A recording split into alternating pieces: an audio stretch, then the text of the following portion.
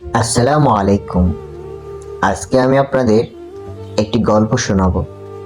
গল্পের নাম শুভ্রার শান্ত ব্যবহার। শুভ্রা ও রাশেকের বিয়ে হয়েছিল পারিবারিক আয়োজনের মাধ্যমে। রাশেক ছিলেন এক মেধাবী চাকরিজীবী, কিন্তু তার মেজাজ কিছুটা রুক্ষ ছিল। সামান্য বিষয়ে রাগ করে ফেলতেন। শুভ্রা তার স্ত্রী বরাবরই শান্ত স্বভাবের মেয়ে। সে বিশ্বাস করত ভালো ব্যবহার আর ধৈর্য দিয়ে সম্পর্ক মজবুত করা যায়। বিয়ের কয়েক মাস পর রাশিকের অফিস থেকে ফিরে প্রায় হতাশ বা রাগান্বিত হয়ে থাকত। কোনো কারণে অফিসের কাজের চাপ বেড়ে গিয়েছিল। সে বাড়িতে এসে অনেক সময় শুভ্রার সঙ্গে বিরক্তি প্রকাশ করত। একদিন রাশিক একদিন রাশেক যখন একেবারেই রেগে গিয়েছিল, শুভ্রা শান্ত স্বভাবে তার কথা শুনল।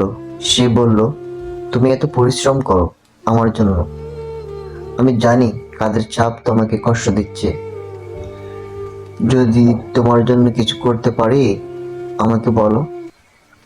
তুমি আমার জীবনের সবচেয়ে গুরুত্বপূর্ণ মানুষ। শুভ্রার এই মধুর কথায় রাশিকের রাগ ধীরে ধীরে কমে গেল। সে বুঝতে পারল শুভ্রা তার পাশে আছে সব সময়।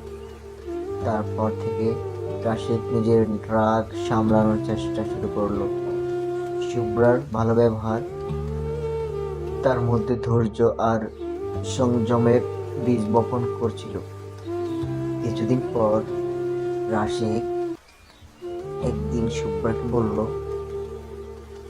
তোমার মতো একজন শান্ত স্বভাবের স্ত্রী পেয়ে আমি ভাগ্যবান। তুমি আমাকে শিখিয়েছো কিভাবে ভালো থাকা যায়। গল্প থেকে আমরা যা শিখলাম, ভালো ব্যবহার এক ধরনের শান্তি, যা কঠিন পরিস্থিতি সহজ করে দেয়। একজন স্ত্রী সহানুভূতি এবং মাধুর্যপূর্ণ আচরণ শুধু সম্পর্ককে শক্তিশালী করে না, বরং তার প্রভাব স্বামী স্ত্রী দুজনের জীবনে ইতিবাচক পরিবর্তন আনে।